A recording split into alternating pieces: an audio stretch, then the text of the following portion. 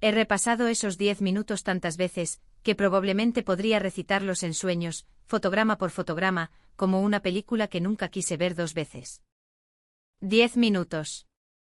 Eso fue todo lo que se necesitó para que 19 años de matrimonio se resquebrajaran, justo allí, en el estacionamiento de un supermercado, bajo las luces fluorescentes y el olor a pollo asado. Yo aún no lo sabía. De pie en esa caja con mi tarjeta en la mano, pensé que solo estaba comprando la despensa. No sabía que un anciano llamado Frank estaba a punto de entregarme la verdad. Comenzó como cualquier otro sábado. Eric y yo teníamos una rutina que habíamos mantenido durante años. Primero café, luego el mercado de agricultores si el clima era bueno, y después la gran compra en el Riverside Market en Elm Street, ese con los pasillos anchos y la panadería que siempre olía a canela. Habíamos estado haciendo esto desde antes de comprar la casa. 19 años de matrimonio te enseñan ritmos, y el nuestro siempre se había sentido constante, cómodo. Solía decirle a mi hermana que Eric y yo no éramos el tipo de pareja apasionada, pero éramos del tipo que funcionaba. Confiable, sólido. Esa mañana, él llevaba su Henley gris, el que le compré para su cumpleaños hace 2 años, y me besó la frente en el pasillo de los cereales, como siempre lo hacía, una pequeña costumbre que se había vuelto tan automática, que ya casi no la notaba.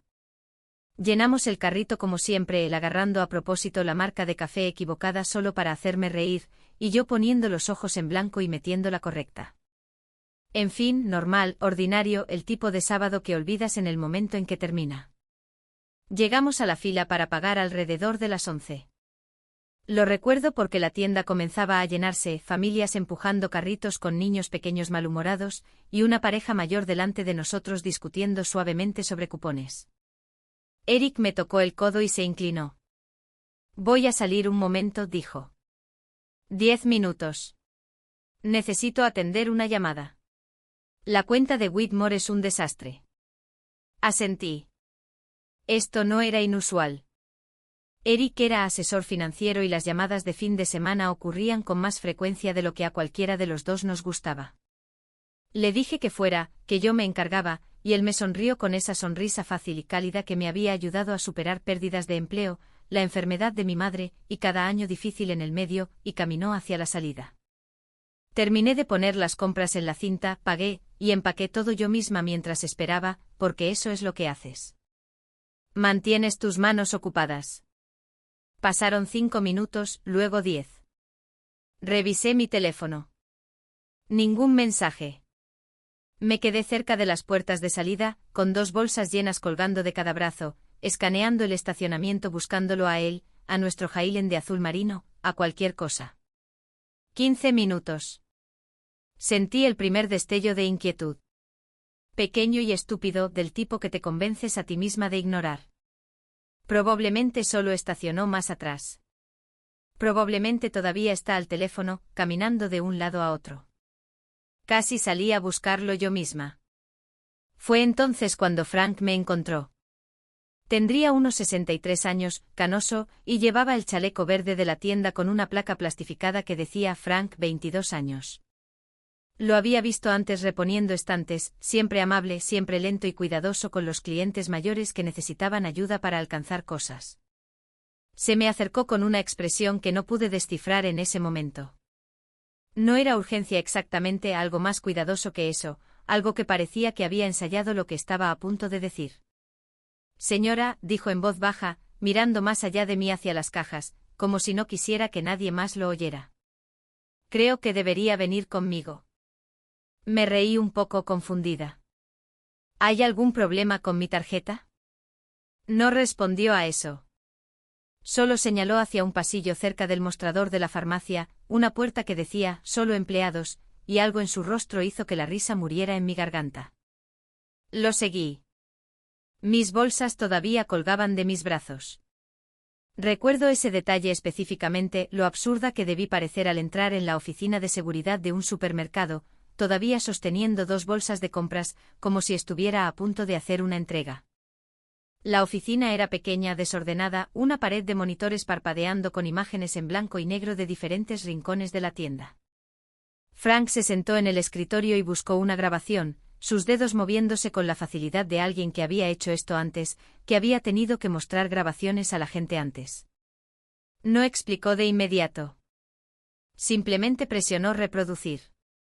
Y allí estaba Eric, no afuera, no en el estacionamiento haciendo una llamada sobre la cuenta de Whitmore.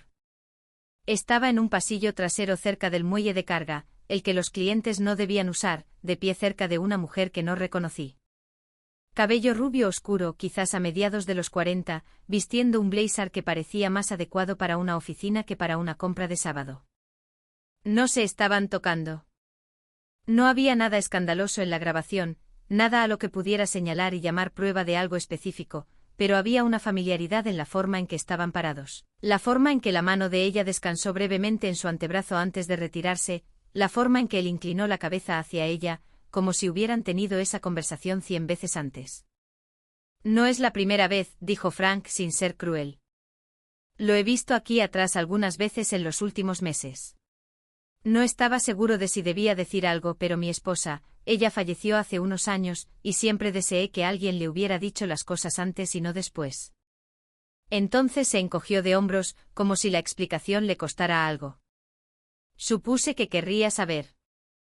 Le di las gracias. No recuerdo exactamente qué dije. Algo educado. Algo automático. El tipo de respuesta que tu boca da cuando tu mente aún no se ha puesto al día.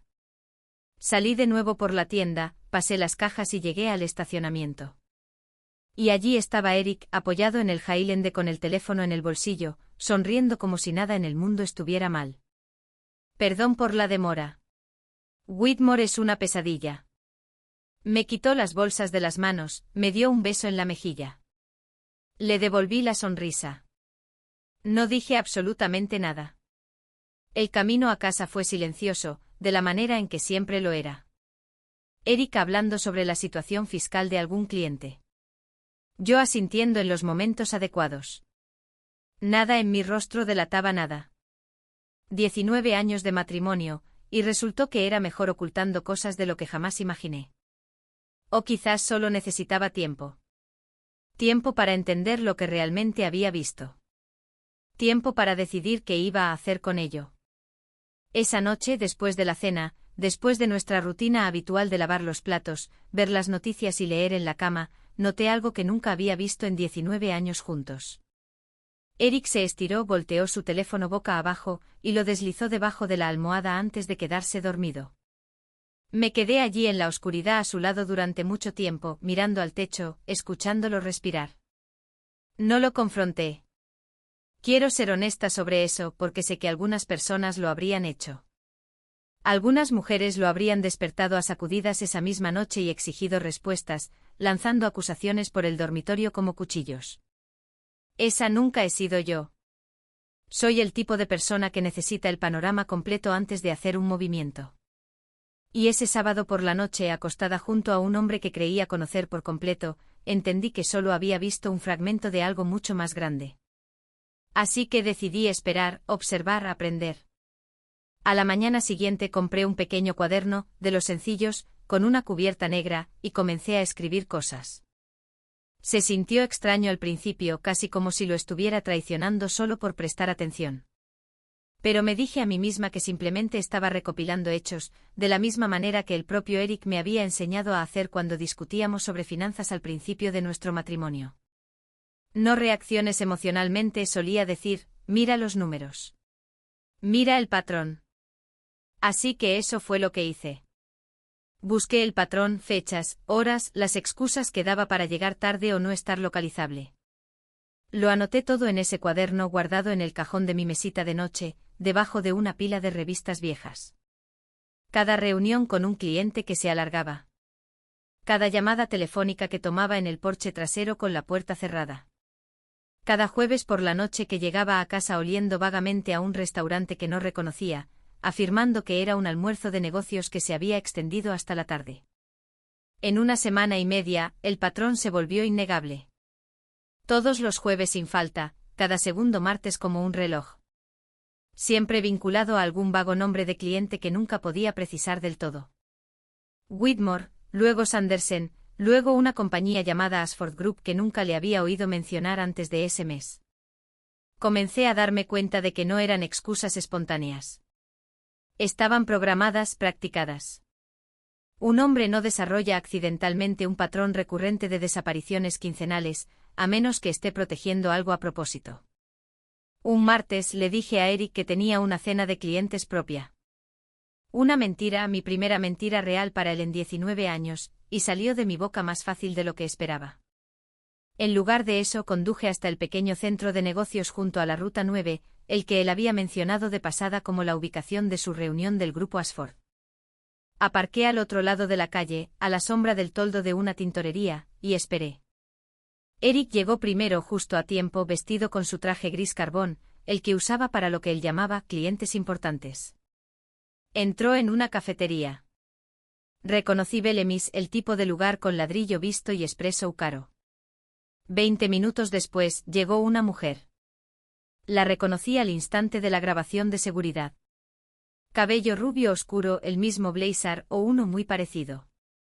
Entró sola, pidió en el mostrador sola, se sentó frente a él como si esto fuera una rutina, como si lo hubieran hecho tantas veces que la coreografía ya no requería pensar. Los observé a través de la ventana durante casi 40 minutos. Lo que más me llamó la atención no fue el afecto. No hubo un toque prolongado, ni un beso robado, nada que gritara romance como casi había esperado, casi deseado de alguna extraña manera, porque al menos una aventura habría sido simple. Lo que vi en cambio fue algo más silencioso, y de alguna manera más inquietante, papeles pasándose entre ellos. Una carpeta cambiando de manos. Eric señalando algo en una página mientras ella asentía, su expresión seria, concentrada, profesional. No llegaron juntos. No se fueron juntos. Ella se fue primero caminando enérgicamente hacia un sedán plateado estacionado a 2 manzanas. Él se fue 10 minutos después, revisando su teléfono, ajustándose la corbata, conduciendo a casa como si nada inusual hubiera sucedido. Esa noche me quedé despierta de nuevo, dándole vueltas. Esto no es romance, pensé. O si lo es, está envuelto en algo completamente diferente. Algo practicado, algo cuidadoso. 2 personas que habían hecho este baile suficientes veces como para saber exactamente cómo evitar sospechas. Exactamente cuánto tiempo esperar entre llegadas, exactamente qué entrada usar. Mientras tanto, el propio Eric parecía estar cambiando en pequeñas cosas. Dudo que alguien, excepto una esposa de 19 años, se hubiera dado cuenta. Su teléfono, que solía estar descuidadamente en el mostrador de la cocina mientras se duchaba, ahora iba con él a todas partes, incluso al baño, incluso para pasear al perro. Cambió su contraseña 2 veces en 2 semanas. Y cuando le pregunté casualmente al respecto, murmuró algo sobre protocolos de seguridad del trabajo y cambió de tema rápidamente. Comenzó a dar paseos nocturnos solo. El teléfono pegado a la oreja, la voz baja, y cuando le preguntaba con quién hablaba, decía, solo trabajo. En un tono que solía ser ligero y que ahora, si escuchaba con atención, era ligeramente demasiado rápido. Nunca lo seguí en esos paseos. Me dije que aún no era el momento. No estaba lista para saberlo todo. Y algún instinto en mí, el mismo instinto que había mantenido nuestro matrimonio estable durante 19 años, el instinto de la paciencia, me dijo que si presionaba demasiado pronto, él simplemente se volvería mejor para esconderse. Y yo necesitaba que fuera descuidado un poco más de tiempo. Así que observé, documenté. Llené ese cuaderno negro con fechas y horas y pequeñas inconsistencias que comenzaban a formar una figura que aún no entendía, pero que sabía, en algún lugar profundo de mi pecho, que era mucho más grande que una mujer con un blazer en una cafetería. Luego, en una lluviosa tarde de domingo, mientras Eric estaba en el gimnasio, me senté en la mesa de la cocina para organizar viejos documentos de impuestos, algo que hacía cada año por esa época, un hábito tan rutinario como nuestras compras de los sábados. Saqué carpetas de hasta 6 años atrás, clasificando W2, recibos y extractos bancarios antiguos, mi mente solo a medias en la tarea. Fue entonces cuando lo vi. Metida dentro de una carpeta marcada como Inversiones 2021, medio enterrada bajo viejos extractos de corretaje, había una sola página con un número de cuenta que nunca había visto en mi vida. Me senté en esa mesa de la cocina durante mucho tiempo, simplemente mirando el número de cuenta, como si mirar fijamente pudiera hacer que se explicara por sí mismo. 19 años de matrimonio. Y pensé que conocía cada cuenta que teníamos, cada extracto que llegaba a nuestro buzón, cada partida en nuestra declaración de impuestos conjunta. Esta no era conjunta. Ni siquiera estaba a un nombre que reconociera, solo una cadena de dígitos y un número de ruta adjunto a un banco que nunca había oído mencionar a Eric, ni una vez en casi 2 décadas juntos. No le dije nada. Para ese punto el silencio se había convertido en su propio tipo de habilidad, algo en lo que me estaba volviendo incómodamente buena. En cambio, el lunes siguiente llamé a Rebecca Lawson. Había conocido a Rebecca años antes a través de un amigo en común, cuando ayudó a una compañera de trabajo mía en una complicada situación de custodia. La recordaba como aguda, firme, el tipo de mujer que no perdía el tiempo en consuelos cuando los hechos eran lo que importaba. Llamé a su oficina y le dije que necesitaba una consulta. Cuando me preguntó sobre qué, dije simplemente, creo que mi esposo está ocultando algo. Todavía no sé qué. Nos reunimos 2 días después en su oficina en el centro, todo líneas limpias y libros de derecho y una ventana que daba al río. Expuse lo que tenía, el cuaderno, las fotografías que había tomado discretamente de Eric y la mujer fuera de Bellemis, y el extraño número de cuenta de la carpeta de impuestos. Rebecca escuchó sin interrumpir, su bolígrafo moviéndose constantemente sobre un bloc de notas legal. Y cuando terminé, dejó el bolígrafo y me miró con una expresión que no era exactamente compasión. Era algo más útil que eso. Concentración. Antes de que le digas una sola palabra, dijo, necesitamos entender con qué estamos tratando financieramente. La confrontación sin información es como la gente lo pierde todo. Miremos el dinero primero. Ese fue el comienzo de semanas que solo puedo describir como extrañas, silenciosas, metódicas. Rebecca trajo a un contador forense llamado David Chen, un hombre de voz suave de unos 50 años que tenía la paciencia de alguien que había pasado una carrera desenredando los secretos de otras personas. Me pidió acceso a cada documento financiero que pudiera reunir, extractos, declaraciones de impuestos, resúmenes de cuentas de jubilación, cualquier cosa con nuestros nombres y cualquier cosa sin ellos. Al principio, todo parecía normal. Eric siempre había manejado nuestras finanzas de cerca. Era su profesión después de todo, y nunca había tenido motivos para cuestionar los números que me mostraba cada año en la época de impuestos. Nuestras cuentas conjuntas se veían saludables. Nuestra hipoteca estaba al día. Nada llamaba la atención. Entonces David encontró el patrón. Pequeñas transferencias modestas, cantidades casi olvidables. $400 por aquí y 600 por allá.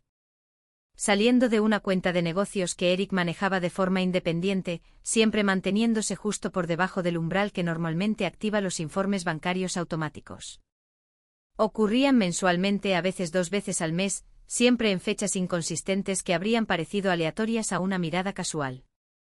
Pero David no miraba casualmente. Construyó una hoja de cálculo, mes a mes, año por año. Y cuando la extendió frente a Rebecca y a mí, el patrón era inconfundible. Cada transferencia, sin excepción, iba al mismo destinatario, una sociedad de responsabilidad limitada llamada Meridian Consulting Group. Lo investigué, dijo David, deslizando una carpeta sobre la mesa. En papel, Meridian es una firma de consultoría de negocios registrada hace 5 años, pero casi no hay huella. No pude verificar clientes reales. Ningún sitio web que valga la pena mencionar. Ninguna evidencia de que se esté realizando un verdadero trabajo de consultoría. Y sin embargo hizo una pausa, revisando sus notas, un poco más de $340,000 en los últimos 5 años. Recuerdo el número aterrizando en algún lugar de mi pecho, como una piedra arrojada al agua. $340,000. Dinero que había salido de cuentas que yo creía que simplemente financiaban los gastos generales del negocio de Eric, suscripciones de software, honorarios de contratistas, los costos ordinarios de dirigir una práctica de consultoría financiera. En cambio, había sido canalizado silenciosamente, mes tras mes, hacia una compañía que parecía no hacer casi nada en absoluto. Rebecca se inclinó hacia adelante, su voz mesurada pero seria. Stephanie, quiero ser honesta contigo. La gente no suele construir estructuras como esta por accidente. Y no ocultan dinero con tanto cuidado a menos que estén planeando algo. Un divorcio o una jubilación cuyo tamaño no quieren que sepas, un futuro que están construyendo sin ti. Me quedé con eso por un largo momento.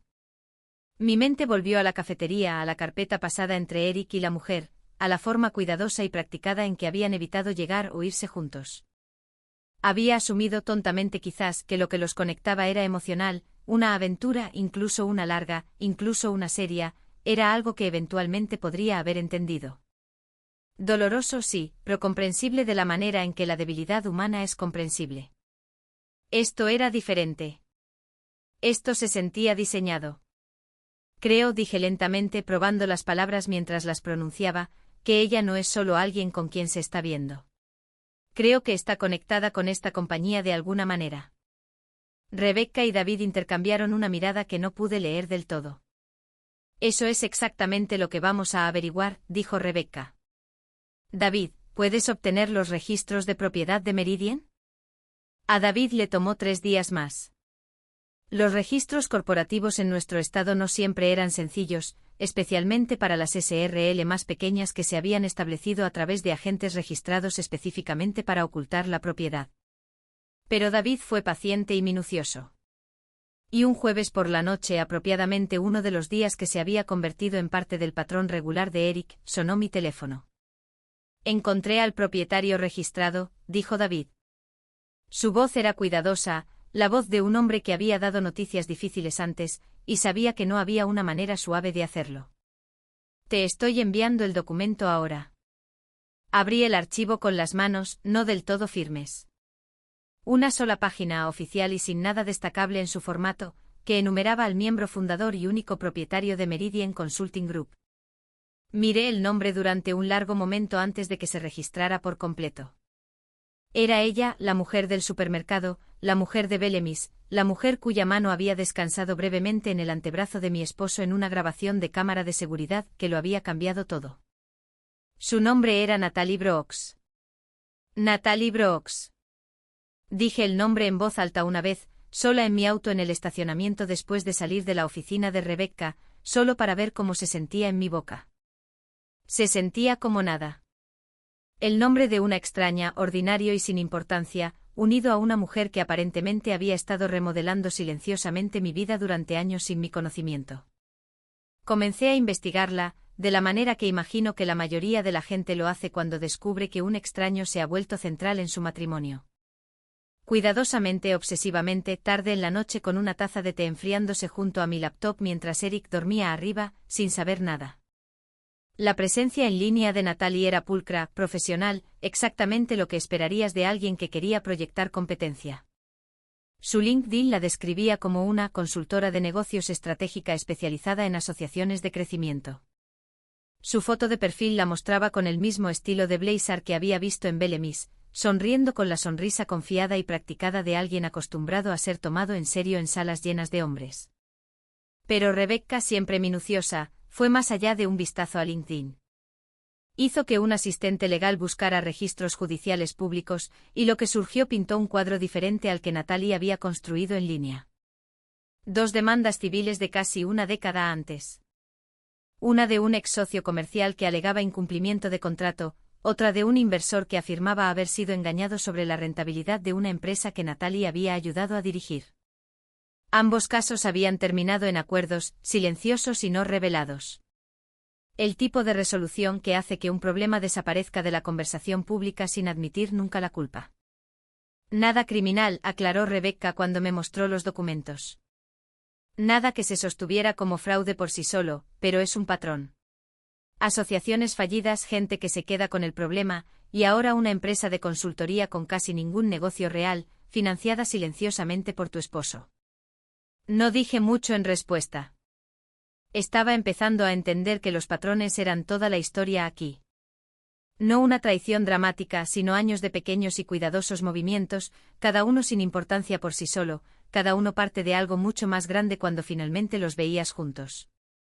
En casa, Eric se había vuelto casi desconcertantemente relajado.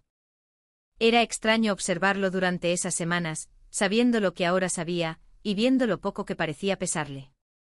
Si acaso parecía más ligero, más confiado. Una noche durante la cena, de la nada, mencionó la jubilación. La jubilación real, no del tipo hipotético y distante sobre el que solíamos bromear cuando éramos más jóvenes y estábamos en la ruina, soñando con algún día. He estado pensando, dijo cortando su pollo como si la conversación fuera la cosa más casual del mundo. Quizás deberíamos pensar en vender la casa en unos años. Ir a algún lugar más cálido, Arizona tal vez, o las Carolinas. Algún lugar con impuestos a la propiedad más bajos, mejor clima para mis rodillas. Se rió un poco de su propio chiste. Sonreí y dije que sonaba bien. Hace 19 años, lo habría dicho en serio. Esa noche, sin embargo, entendí exactamente lo que realmente me estaba diciendo, incluso si él no se daba cuenta de que me estaba diciendo algo. No estaba imaginando un futuro conmigo en él. Estaba preparando una salida, vistiéndola como un sueño compartido, para que cuando llegara el momento, cuando las cuentas estuvieran finalmente posicionadas exactamente donde él quería, la transición pareciera natural, voluntaria, tanto mi idea como la suya. Podría haberlo confrontado allí mismo en la mesa de la cena. Algunas noches me quedaba despierta ensayando exactamente lo que diría, las palabras organizándose en mi cabeza como un guión que nunca entregué. Pero Rebecca había sido clara desde nuestra primera reunión, la confrontación sin protección era como las mujeres lo perdían todo. Necesitaba estar posicionada antes de dejarle saber que entendía lo que estaba haciendo. Así que en lugar de ira, elegí la preparación. Durante las siguientes 2 semanas, trabajé en silencio con Rebecca para asegurar mi propia base financiera, moviéndome con la misma precisión cuidadosa que aparentemente Eric mismo había usado para construir su estructura oculta. Revisamos la escritura de nuestra casa, confirmando que estaba a nombre de ambos, lo que ofrecía cierta protección, pero no suficiente por sí sola. Documentamos cada cuenta conjunta, cada inversión, cada activo adquirido durante nuestro matrimonio, construyendo un rastro de papel que importaría enormemente si esto alguna vez se convertía en la batalla legal que sospechaba que eventualmente sería. Abrí una cuenta separada a mi nombre, modesta al principio, moviendo pequeñas cantidades de los ingresos de mi negocio de diseño. Nada lo suficientemente dramático como para levantar sospechas. Nada que le diera a Eric una pista de que había aprendido algo. Se sentía extraño, casi como si me estuviera convirtiendo en una versión de él, diseñando mi propia estructura silenciosa mientras sonreía al otro lado de la mesa cada noche. Pero me dije a mí misma que la diferencia importaba. No estaba ocultando dinero para evadir la responsabilidad. Me estaba protegiendo de un hombre que ya había decidido, aparentemente años atrás, que la responsabilidad no era algo que me debiera. Eric no notó nada. Esa fue quizás la parte más extraña de esas semanas, la facilidad con la que me movía por nuestra vida juntos, atenta, cariñosa, incluso mientras construía un caso en su contra detrás de una sonrisa que se había vuelto una segunda naturaleza. Me felicitó por un nuevo proyecto de un cliente. Trajo flores a casa un viernes sin ninguna razón en particular, el tipo de gesto que solía significar algo y que ahora se sentía como un punto de datos, otra pieza de una actuación que solo ahora estaba aprendiendo a ver claramente. Rebecca se comunicó conmigo 2 veces esa semana. Principalmente logística, firmas necesarias, documentos que reunir, pequeños mecanismos legales que estaba poniendo en marcha silenciosamente para congelar ciertos activos compartidos de más movimientos sin que ninguno de nosotros supiera técnicamente que la congelación había ocurrido. David, mientras tanto, había estado en silencio durante varios días, inmerso en el rastro financiero, rastreando a dónde había ido exactamente todo ese dinero una vez que salió de Meridian Consulting Group.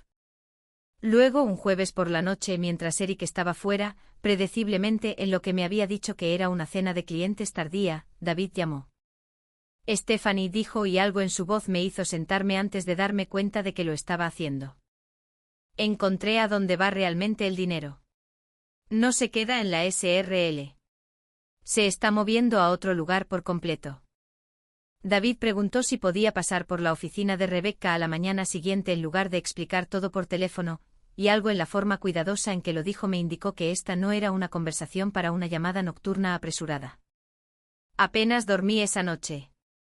Eric llegó a casa alrededor de las 10, me besó la frente, mencionó algo sobre que la cena con el cliente se alargó, y yo asentí y no dije nada, de la manera en que me había entrenado a hacer durante semanas. Me acosté a su lado en la oscuridad, escuchando su respiración, uniforme en el sueño, preguntándome qué había encontrado exactamente David que hizo que su voz sonara tan cuidadosa. A la mañana siguiente me senté frente a Rebecca y David en esa misma oficina limpia con vistas al río, y David extendió una serie de páginas impresas sobre la mesa, cada una pieza de un rastro financiero que había pasado la mayor parte de 2 semanas reconstruyendo. El dinero de Meridian no se queda quieto, explicó trazando una línea en una de las páginas con su dedo. Se mueve primero a través de otras 2 cuentas de negocios, ambas registradas a nombre de Natalie Brooks, ambas pareciendo en papel ingresos legítimos de consultoría. Desde allí se reinvierte.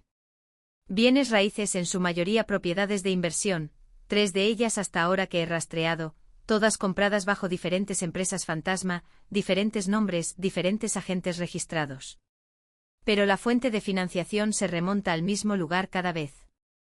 Deslizó un documento final sobre la mesa, un registro de propiedad de una casa en un lago a 2 estados de distancia, comprada 18 meses antes bajo una compañía llamada Bridgewater Holdings. El gerente listado era Natalie Brooks. La contribución de capital inicial, según el registro, había provenido de un préstamo comercial que, cuando David rastreó los fondos de origen, conducía directamente a través de Meridian y finalmente de vuelta a Eric. No solo está teniendo una aventura, dijo Rebecca en voz baja, observando mi rostro mientras hablaba. Está construyendo una segunda vida financiera completa, financiada silenciosamente con cuentas a las que no tienes visibilidad total, estructurada a través de una mujer que aparentemente ha ayudado a otras personas a mover dinero antes en circunstancias más turbias. Esto es deliberado, Stephanie. Este no es un hombre que se involucró emocionalmente y perdió la cabeza. Este es un hombre que ha estado ejecutando un plan. Me quedé con eso por un largo momento mirando el registro de la propiedad, el nombre de la empresa fantasma, la cuidadosa arquitectura de todo, y algo cambió en mí. Entonces no tristeza exactamente, aunque la tristeza todavía estaba allí, enterrada en algún lugar bajo la superficie. Lo que surgió en su lugar fue una extraña y clarificadora lucidez. Finalmente entendí la forma de lo que había estado mirando durante semanas. Natalie no era el punto. Nunca lo había sido. Ella era la infraestructura, un medio para mover dinero de maneras que, para cualquier observador casual, parecerían actividades comerciales no relacionadas, en lugar de un esposo redirigiendo silenciosamente los bienes conyugales antes de una salida que había estado planeando durante años. Las reuniones en la cafetería, las carpetas pasadas de un lado a otro, la cuidadosa coreografía de llegar y salir por separado, nada de eso había sido sobre romance en absoluto. No principalmente. Había sido sobre logística. Todo lo que Eric había construido, me di cuenta, dependía enteramente de una condición, que yo nunca hiciera una sola pregunta. Lo que importa legalmente, dijo Rebecca, es la intención. Probar la aventura podría darte un juez comprensivo, pero probar que ha estado moviendo deliberadamente bienes conyugales fuera del matrimonio, posicionándose para irse con mucho más que su parte justa, eso es lo que protege tu futuro financiero. En eso necesitamos ser irrefutables. Durante los días siguientes, trabajé con Rebecca para presentar lo que ella llamó medidas cautelares, mecanismos legales silenciosos que congelarían ciertas cuentas de más movimientos, efectivos en el momento en que se presentaran, sin requerir el conocimiento o consentimiento inmediato de Eric. Se sentía extraño, casi surrealista, firmar documentos que intervendrían legalmente en mi propio matrimonio mientras Eric se sentaba a 2 habitaciones de distancia en su oficina en casa, tarareando algo en la radio, completamente inconsciente de que los muros alrededor de su cuidadosa estructura se estaban cerrando silenciosamente. También le pedí a David que me ayudara a reunir todo en un solo archivo organizado. Extractos bancarios, registros de propiedad, los documentos de propiedad de la SRL, los historiales de transferencias, todo ello organizado cronológicamente, innegable, completo. Rebecca lo llamó construir un expediente. Yo en privado pensaba en ello como construir la verdad, expuesta de una forma que nadie podría discutir, nadie podría evadir con palabras. En casa, la vida continuaba en su extraño ritmo doble. Eric permanecía afectuoso, relajado, completamente el mismo, la versión de él de la que me había enamorado 19 años antes, encantador, cálido e infinitamente tranquilizador. Me ayudaba a llevar las compras del auto. Me preguntaba por mis clientes de diseño con lo que parecía un interés genuino. Una noche me abrazó en el sofá durante una película que ninguno de los dos estaba viendo realmente y me dijo en voz baja que estaba agradecido por mí, por nosotros, por lo estables que siempre habían sido las cosas entre nosotros. Dejé que me abrazara. No me aparté. Algunas noches me preguntaba si eso también me convertía en una deshonesta, permitiéndole creer que nada había cambiado, mientras yo ensamblaba silenciosamente la evidencia de todo lo que sí había cambiado. Pero me dije a mí misma que había una diferencia entre el engaño construido para protegerse a uno mismo y el engaño construido para explotar a alguien que confiaba en ti. Yo estaba haciendo lo primero. Eric, desde hacía años, había estado haciendo lo segundo. Al final de esa semana, Rebecca llamó con una idea que me detuvo en seco en mi cocina. Creo que es hora, dijo, de reunir a todos en la misma habitación. No un tribunal, todavía no. En algún lugar privado controlado, donde podamos exponer todo de una vez. Eric, Natalie, la documentación, todo. A veces, lo más efectivo no es una demanda legal. Es simplemente forzar la verdad en una habitación de la que nadie puede escapar. Le pregunté cuándo. Cuando estés lista, dijo. Pero Stephanie, una vez que hagamos esto, no hay vuelta atrás a fingir. Necesitas estar segura. Miré alrededor de mi cocina. La que Eric y yo habíamos renovado juntos 8 años antes. En la que una vez me había ayudado a elegir los herrajes de los gabinetes, riéndose de lo ridículo que era que dos adultos pudieran pasar 45 minutos debatiendo entre níquel cepillado y negro mate. Nada en ese recuerdo se sentía como una mentira. Y eso, me di cuenta, era la parte más extraña de todo esto. Parte de ello probablemente había sido real, y parte de ello, aparentemente, había sido arquitectura todo el tiempo. Estoy lista, le dije. Alquilé una pequeña sala de conferencias privada en el centro, en un centro de negocios 2 pisos por encima de un bufete de abogados con el que Rebecca a veces trabajaba. El tipo de espacio neutral y sin importancia que podría pertenecer a cualquiera y no significar nada ni para Eric ni para Natalie.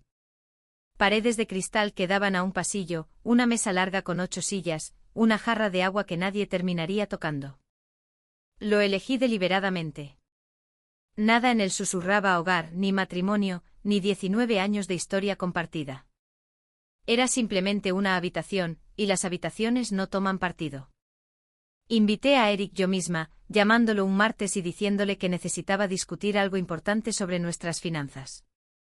Algo que no podía esperar a una conversación casual en casa. Sonaba ligeramente curioso, quizás un poco preocupado, pero no alarmado, el tono de un hombre que creyó, hasta el momento en que dejó de hacerlo, que todavía tenía el control de la narrativa. Rebecca, por separado, organizó que Natalie fuera invitada bajo el pretexto de un asunto de negocios relacionado con las relaciones bancarias de Meridian, algo lo suficientemente vago como para no levantar sospechas, pero lo suficientemente oficial como para garantizar su asistencia. Ninguno de los dos sabía que el otro había sido convocado. Ese detalle importaba más que casi cualquier otra cosa en el plan. Rebecca había sido firme al respecto desde el principio. La gente dice la verdad, había dicho cuando se les pilla desprevenidos frente a la única persona de la que más intentaban ocultárselo. Llegué primero 20 minutos antes, y organicé los documentos sobre la mesa yo misma. Registros de transferencias bancarias, el archivo de propiedad de Meridian, el registro de propiedad de Bridgewater Holdings, la línea de tiempo cuidadosamente construida por David que conectaba cada dólar desde su origen hasta su lugar de descanso final. Los dispuse en orden de izquierda a derecha, un rastro visual que contaba toda la historia sin necesidad de pronunciar una sola palabra. Mis manos estaban firmes. Recuerdo estar casi sorprendida por eso. Eric llegó después mirando las carpetas extendidas sobre la mesa con un destello de confusión que aún no se había convertido en alarma. ¿Qué es todo esto?, preguntó sentándose en una silla frente a mí, aflojándose ligeramente la corbata. La postura de un hombre que esperaba una conversación sobre cuentas de jubilación, no un ajuste de cuentas. No respondí de inmediato. Estaba observando la puerta. Natalie entró 2 minutos después esperando, imagino, algún tipo de reunión de negocios sencilla sobre relaciones bancarias. Se detuvo en seco justo dentro de la puerta cuando vio a Eric ya sentado en la mesa. Por un momento ninguno de los dos se movió. Vi algo pasar entre ellos, no exactamente pánico, sino la recalibración visible de dos personas, dándose cuenta en el mismo instante de que cualquier cuidadosa arquitectura que hubieran construido acababa de ser expuesta a la luz del día. El silencio en esa habitación se extendió más de lo que esperaba. Lo permití. Rebecca me había dicho que no me apresurara, que el silencio hace un trabajo que la confrontación nunca puede, y tenía razón. Vi los ojos de Eric moverse de Natalie a los documentos en la mesa, y de vuelta, vi el cálculo ocurriendo detrás de su expresión mientras intentaba determinar exactamente cuánto sabía. Por favor, siéntate, le dije finalmente a Natalie, mi voz uniforme, casi suave. Se sentó. No levanté la voz ni una vez durante lo que siguió. Me lo había prometido a mí misma, y Rebecca lo había reforzado. Sin gritos, sin acusaciones lanzadas sobre la mesa. Nada que pudiera ser caracterizado más tarde como un arrebato emocional en lugar de una presentación legítima de los hechos. Simplemente comencé a guiarlos a través de los documentos, uno por uno en el mismo orden en que David me los había presentado semanas antes. El historial de transferencias de la cuenta de negocios de Eric a Meridian, que se remontaba a 5 años. El archivo de propiedad que nombraba a Natalie como única miembro fundadora. El registro de propiedad de Bridgewater Holdings, la casa del lago comprada 18 meses antes con fondos rastreados directamente a través de la misma cadena. Eric intentó al principio reformularlo.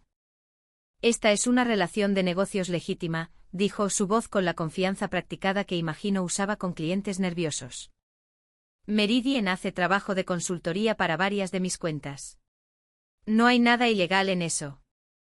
No hay nada ilegal en una relación de consultoría, acepté con calma. Hay algo muy ilegal, o al menos muy procesable, en transferir sistemáticamente bienes conyugales a entidades fantasma diseñadas para mantenerlos fuera del alcance de tu esposa, en preparación para un divorcio que nunca me mencionaste. Su boca se abrió ligeramente, luego se cerró de nuevo. A su lado, Natalie se había quedado muy quieta, sus ojos fijos en el registro de propiedad de la Casa del Lago, y entendí al ver su rostro, que quizás ni siquiera ella había comprendido completamente cuán directamente su nombre había sido atado al rastro. Fue entonces cuando Rebecca entró precisamente en el momento justo, seguida un momento después por David, ambos llevando carpetas adicionales, ambos acomodándose en las 2 sillas restantes de la mesa, con la calmada eficiencia de profesionales que habían hecho esto antes.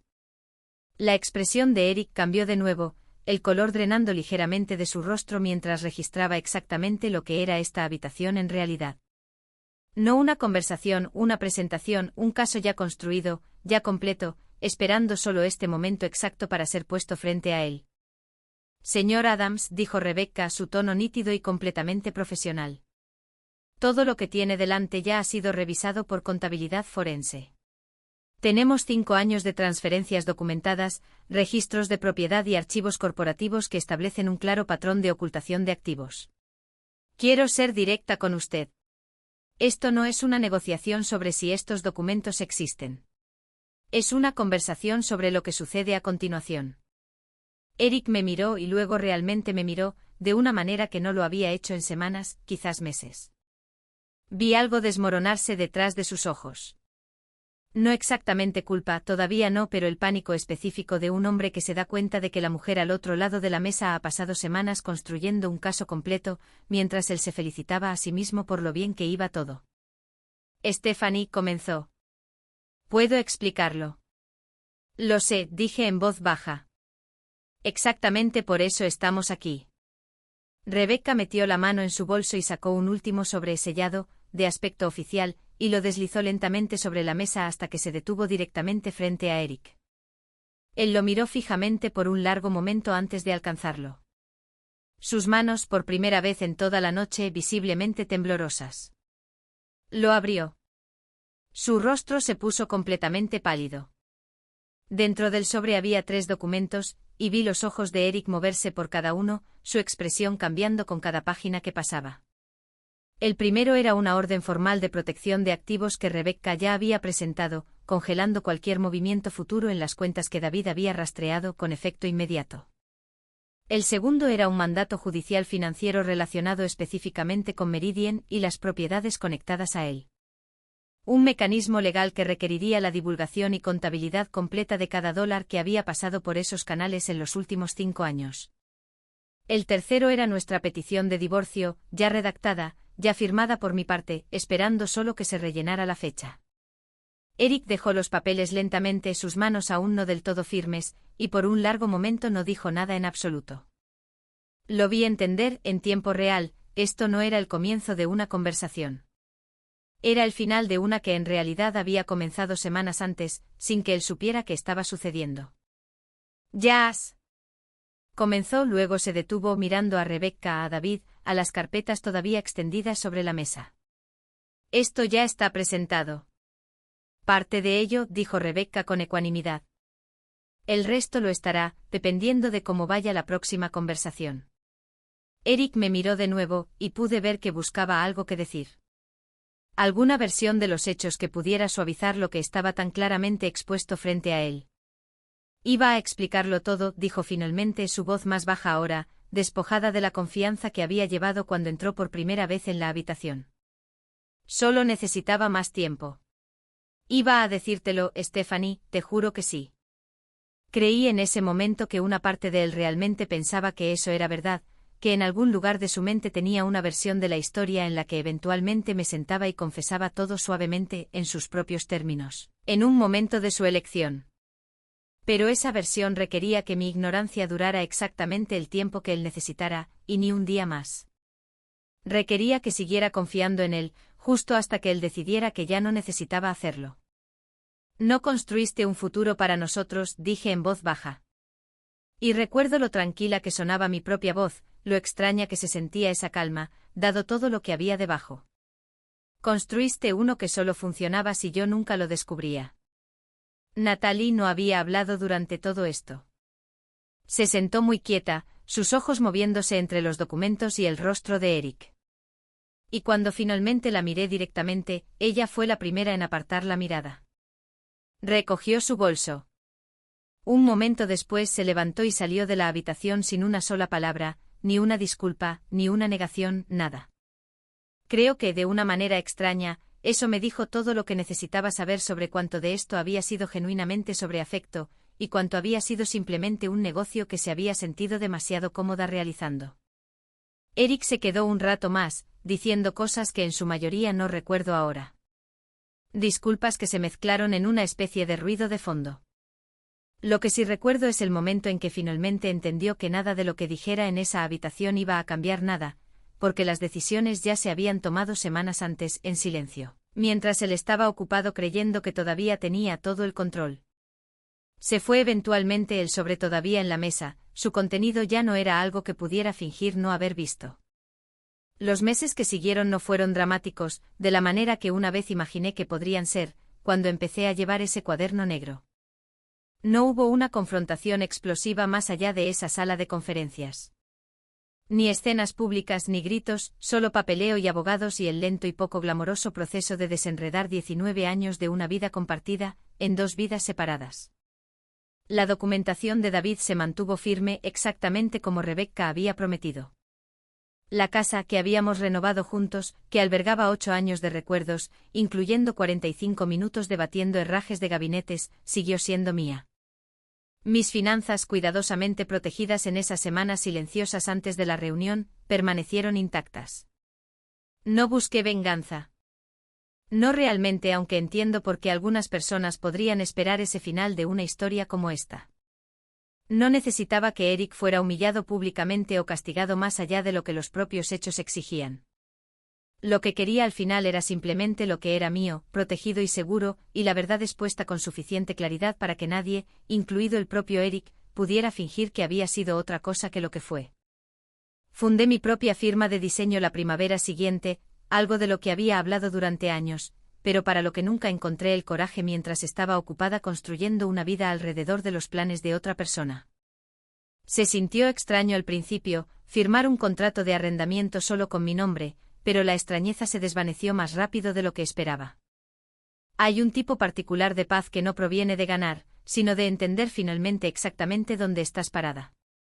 Algunas noches, cuando me permito pensar en ello, me doy cuenta de que la traición no siempre es un único momento dramático. A veces no es una mentira dicha una vez y lamentada. A veces son años pasados construyendo silenciosamente una vida que nunca estuvo destinada a incluirte. Una pequeña transferencia a una reunión cuidadosa, una carpeta pasada sobre una mesa a la vez, hasta que un día, un extraño tiene que ser quien te diga la verdad sobre tu propio matrimonio. Hace unos meses, pasé en coche por ese mismo supermercado en Elm Street, el de la panadería que huele a canela. No había vuelto desde ese sábado. Reduje la velocidad sin darme cuenta, mirando la entrada, recordando la voz cuidadosa de Frank, la forma en que había elegido decirme algo que no era su responsabilidad decir, simplemente porque pensó que merecía saberlo. Sonreí. No porque hubiera ganado algo exactamente, sino porque un sábado ordinario, un hombre mayor con 22 años detrás de ese chaleco verde, decidió que decir la verdad importaba más que quedarse callado. Y esa única elección me devolvió mi vida. Si has llegado hasta aquí conmigo, gracias por quedarte hasta el final. Quiero saber qué habrías hecho en mi lugar. ¿Lo habrías confrontado esa primera noche? ¿O habrías esperado como yo? Deja un comentario abajo y dime desde dónde estás viendo esta noche. Tenemos muchas más historias como esta para compartir contigo. Así que, por favor, suscríbete para no perderte lo que viene. Sigamos caminando juntos a través de estas historias.